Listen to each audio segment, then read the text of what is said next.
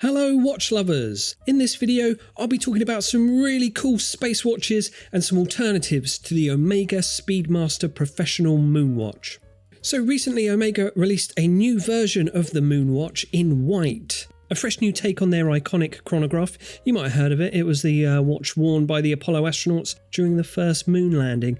Omega doesn't like to shout about it though, but what you might not know is that it's not the only space watch. And today I'm going to show you 10 awesome Moonwatch alternatives, starting with the Bulova Lunar Pilot. Now, during the Apollo 15 mission, a moon pilot chronograph customized for lunar conditions by Belova engineers was worn on the moon. Hey, there you go.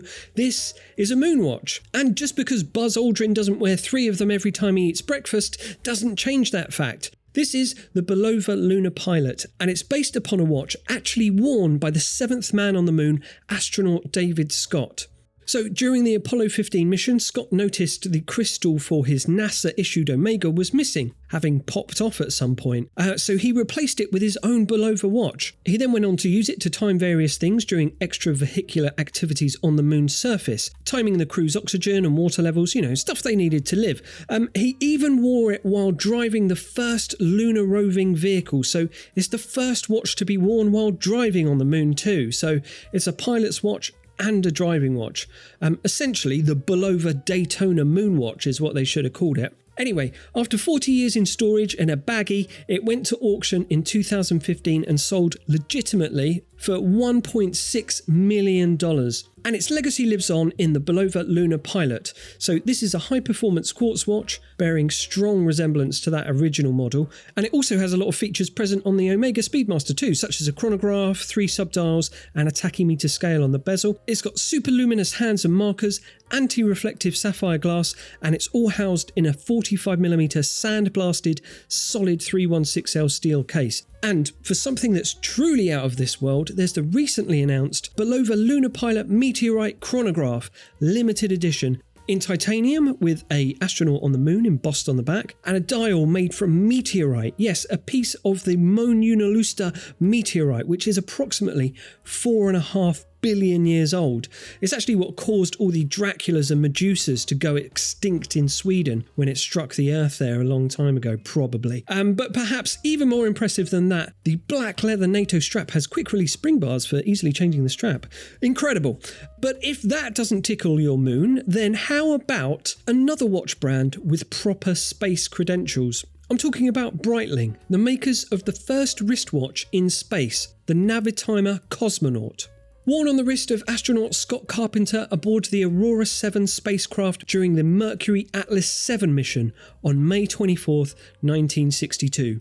The mission? Go into space and float about a bit. Mission success! Carpenter orbited the Earth 3 times while wearing the Breitling Cosmonaut, which was a variation of his own personal NAVITIMER watch, which he'd asked Breitling to redesign to better suit his needs while in space. He requested a simplified slide rule and a 24-hour display so he knew when it was breakfast and when it was tea time while he was floating in space. When Carpenter returned to Earth, his autopilot system failed and he veered miles away from the designated landing zone. His capsule sploshed into the drink and he bobbed around for a few hours until he was finally picked up by the US Navy. Now, his original Cosmonaut was subsequently ruined by the ocean water, which, incidentally, 60 years later and in a cosmic twist, looks like Jupiter now because of the corrosion. Isn't space crazy like that? Anyway, Breitling immediately exchanged it for a new one, and they then went on to produce more Cosmonauts in Carpenter's original specs, and it became available to purchase by the public in 1962 and became very popular among collectors and other astronauts. But now we have this, the Breitling NAVITIMER B02 Chronograph 41 Cosmonaut. Released in 2022, it's an updated version of Carpenter's original watch. 41mm in diameter in steel, mechanical hand-wound movement inside, the chronograph, the slide rule and the 24-hour display all present and correct. This is a true NAVITIMER watch designed according to an astronaut's specification. So if you're a real space watch enthusiast, this is a must-have. It's around £9,000 for this one, but it's worth noting that some of those original 60s references you can pick up for around £4,000 on the pre-owned market today, so not bad for a piece of real space watch history.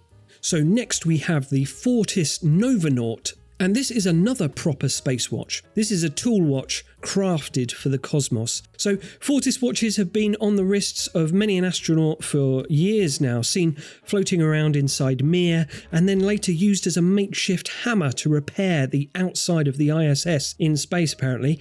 And now this Novanaut is an updated version of its famous B-42 cosmonaut's chronograph. It's 42mm. The case and block bracelet are forged from recycled stainless steel. The dial is matte with applied lumicast numerals, and you get a metallic hour and minute hand with chronograph hands in luminous orange. The Novanaut features the Sirius bezel, which is totally serial and made from ceramic and with superluminova on the markings. It's water resistant to 200 meters, and the crown has a triple gasket system. So if you were worried about the gasket situation, rest assured, triple gaskets. This watch costs £5,000, so that's about £1,600 per gasket. But don't get fixated on the gaskets. Come on, chill. This is a space watch after all, and it includes the Fortis Verk 17 automatic manufacture caliber inside, which has been space tested no less, so attached to a gondola and then sent rip-roaring through the stratosphere on the back of a balloon, and then again a year later attached to a rocket. This is a watch caliber that has survived the harsh conditions of space, so that's pretty impressive. It comes in 3 varieties: the first edition, which features a matte grey dial and bezel and is limited to 100 pieces,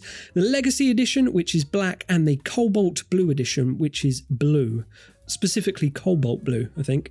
Right, moving on now to the Citizen Sukiyomi radio-controlled moon phase. So Tsuki-Yomi translates to reading the moon, and this is the world's first light-powered radio-controlled moon phase movement. The watch features a fully analog moon phase function, which is powered by Citizen EcoDrive solar-powered technology. The EcoDrive absorbs light through the dial, either natural or unnatural, natural or artificial light, and converts it into energy to power the watch, which is pretty nifty. And this watch features a new radio-controlled EcoDrive, the caliber H874 movement, and it's been developed by Citizen to calculate the phase of the moon each day from signals received from multi-band radio transmitters. And then the position of the moon in the display at 6 o'clock is then automatically adjusted. It features a 43mm super titanium case, and the grey surface of the moon covers the entire dial. For £699, that's a lot of moon for your money, but what about these Citizen Attesa watches in collaboration with HAKUTO-R? Who's doing what now? Well, Citizen has partnered with iSpace Inc. That's the Japanese spacecraft company, and this watch is part of their HAKUTO-R commercial lunar exploration program. So that's a mission to land on the moon and deploy swarms of rovers to the lunar surface to pioneer the discovery and development of lunar resources, enabling the steady development of lunar industry and human presence on the moon. Sounds fun! The first of 3 scheduled landings on the moon began in 2022 and ended in the loss of communication with the lander in the final moments, followed by a rapid descent and a hard landing. The second of the scheduled missions to the moon is set to take place this year. Go get 'em, boys, and bring back some of that magic moon milk for my little monkey friend here, Mr. Jambono. I'd love to hear him speak again. And I've said too much. So anyway, to celebrate, Citizen have got their name plastered on the side of the lander and have released 3 limited edition watches. There's 2 more radio-controlled moon phases with dials in blue or gold metallic finish and the HAKUTO-R logo on the back. They're £1,450. And there's also this satellite wave GPS version, which is capable of receiving time signals from orbiting satellites across 40 time zones to give you accurate time anywhere on Earth. Has a moon textured dial, this time rendered in mother of pearl, and the center links on the bracelet are made from recrystallized titanium. The whole thing costs £2,995, so awesome moon-themed futuristic watches from Citizen there. Lovely stuff. Next, we have this GShock DW69000 model. It's a tribute to the National Aeronautics and Space Administration, yes, NASA. GShock says it's a timepiece paying homage to NASA and the desire for the moon and beyond, which is good, that's all in order. They then go on to say, this latest timepiece in the series reminds us that whether we look up or down, 2 of our favourite silhouettes are close at hand. So I'm not entirely sure what that means. First of all, did GShock just assume my favourite silhouette? Stay to the end and I'll tell you what that is. Anyway, This digi-analog watch has a 50mm case, so it's pretty bulky, but in a brilliant crisp white. The bulbous case and band is very reminiscent of a spacesuit, or the Stay Puft Marshmallow Man. The case and band are full resin and the dial is covered with mineral glass. Comes with 200 meters of water resistance, and you get the red NASA logo on the strap and the good old stars and stripes on the keeper. There's a rendition of the Earth on the case back, and it can be seen on the dial too when the backlight is activated. Comes with all the usual G-Shock features, timers, alarms, calendars, too many to mention, but definitely enough functionality for timing your shuttle's thruster burns or if you're boiling space eggs. Really great looking watch, looks clean and precise, and if you want space style, this is hard to beat. It really looks like standard issue kit for a NASA astronaut. Was originally $130, but unfortunately this particular model is now sold out. But don't worry, G-Shock aren't adverse to a tribute to NASA. NASA and G-Shock make a great combo, so I'm sure there'll be more in the future. Because actually it's worth noting that the use of the NASA logo, while not in the public domain, is up for grabs if you comply with NASA's brand guidelines and are granted approval from their merchandising department. But this next brand have gone one better and gone straight to the source. This is the Space Watch by Anicorn, designed by Richard Danne, the father of the NASA design program. So Richard Danne was one of the original co-creators of the famous NASA worm logo type in 1975. Working as a designer for over 60 years, this is Danne's first ever watch design. And Danne says, "This watch represents pure joy for me and is the culmination of a long, fruitful relationship with NASA."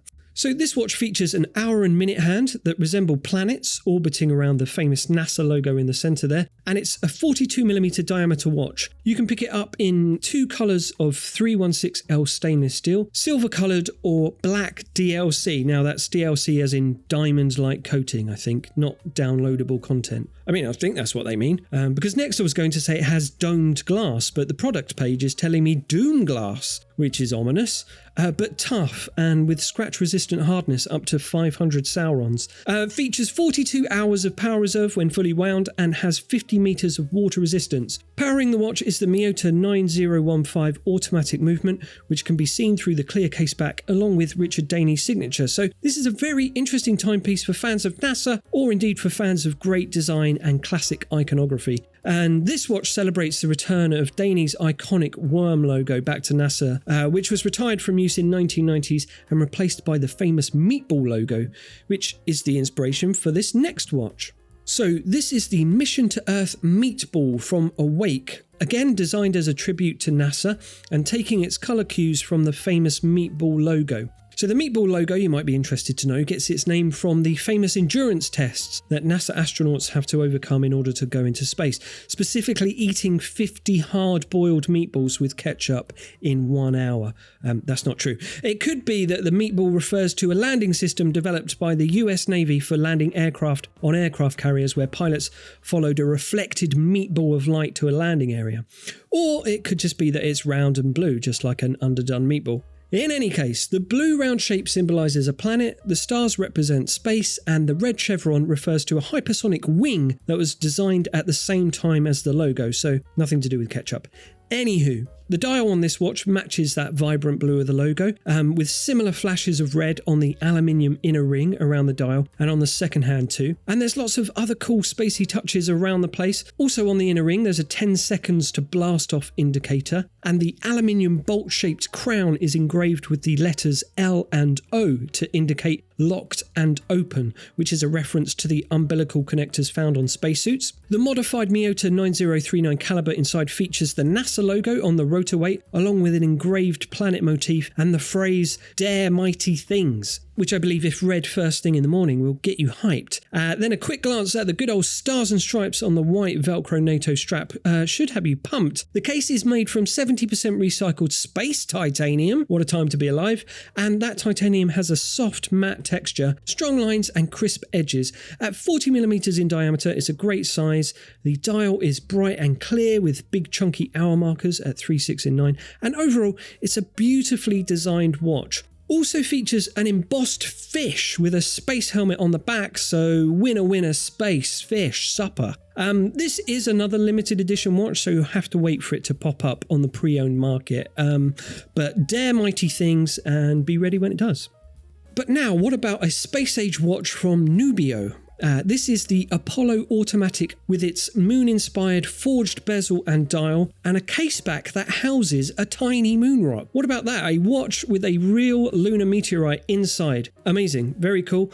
Also comes in a cool NASA lunchbox too. This is ticking all the boxes. It's 45mm in steel, has an unspecified Japanese automatic movement inside, comes with an optional Velcro strap featuring the good old stars and stripes, and this watch costs £1,340. But if you're a real Space Watch fan, then you'd go for one of their Space Invader watches. For £264, the Defender yellow version currently has £789 off, and it's a massive 48mm Richard Mille of a watch inspired by Space Invaders. It's in collaboration with Taito Entertainment, and it's a piece of retro gaming history. So, while some people were landing on the moon, there were others putting in serious hours crushing high scores in smoky arcades, and you can honour them with this fantastic timepiece. But next, if you're really looking for an Omega Speedmaster alternative, then what better than an Omega Speedmaster? Say what? Well, I'll tell you. This is the Omega Speedmaster Automatic, aka Speedmaster Reduced. So the reduced name has nothing to do with a price reduction because it's going out of date and needs eating today. No, what a ridiculous notion. Reduced is in reference to its smaller proportions relative to the traditional Speedmaster Moonwatch. So this watch is 39mm in diameter as opposed to the 42mm diameter of the original Moonwatch. But actually by today's standards, that smaller size might be quite appealing. So released in the late 80s and then finally discontinued by Omega in 2009, there are some subtle visual differences. The reduced features numerical minute markings next to the battens on the dial, and the running second-hand subdial is in the 3 o'clock position instead of the 9, and inside is a modified ETA movement. It's automatic, so you miss out on the manually wound chronograph, and in turn the word professional is replaced with the word automatic. But this is a great alternative to the Moonwatch, still retains the iconic looks of the Speedmaster, and on the pre-owned market it's significantly less money than its larger counterpart, and you can find these between £3,500 to £4,000 pre-owned. Or finally, you could get yourself the Moonswatch, I suppose. Swatch and Omega's collaboration brings you the famous Speedmaster, this time rendered in bioceramic. You can visit one of the select Swatch stores and you may find one of the 11 watches inspired by the planetary bodies in our solar system. Also, if you attend one of these stores on the last full moon of autumn before Durin's Day, you might well be able to purchase the Mission to Moonshine Gold, a Mission to the Moon version of the Moonswatch, but with seconds-hand coated with Omega's Moonshine Gold. The gold may or may not be visible without use of a torch, the dye from the bioceramic may or may not stain your wrist, and the plastic pushers may or may not fall off. £250! So there you go, that's my roundup of the best watches from outer space, or maybe you've still got your heart set on a Moonwatch. If so, why not head over to watchfinder.com where you'll find Omega, Breitling and all the other top luxury brands. Check it out and I'll catch you next time. Alright then.